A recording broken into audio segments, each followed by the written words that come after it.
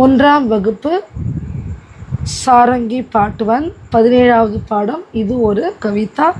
எல்லா கவிதானா ஒன்றும் கிடையாது, பொயட்ரிங்க.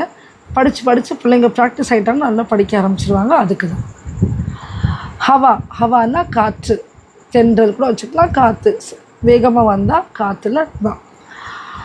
ऊपर नीचे दाएं बाएं हवा चली साए साए, मुन्नी को छेड़ कर चढ़ गई पेड़ पर, हाथ नहीं आऊंगी दूर मैं उड़ जाऊंगी, मुन्नी बोली हंस कर हवा रानी बस कर, पकड़ तुझे मैं लाऊंगी फुग्गे में ले जाऊंगी.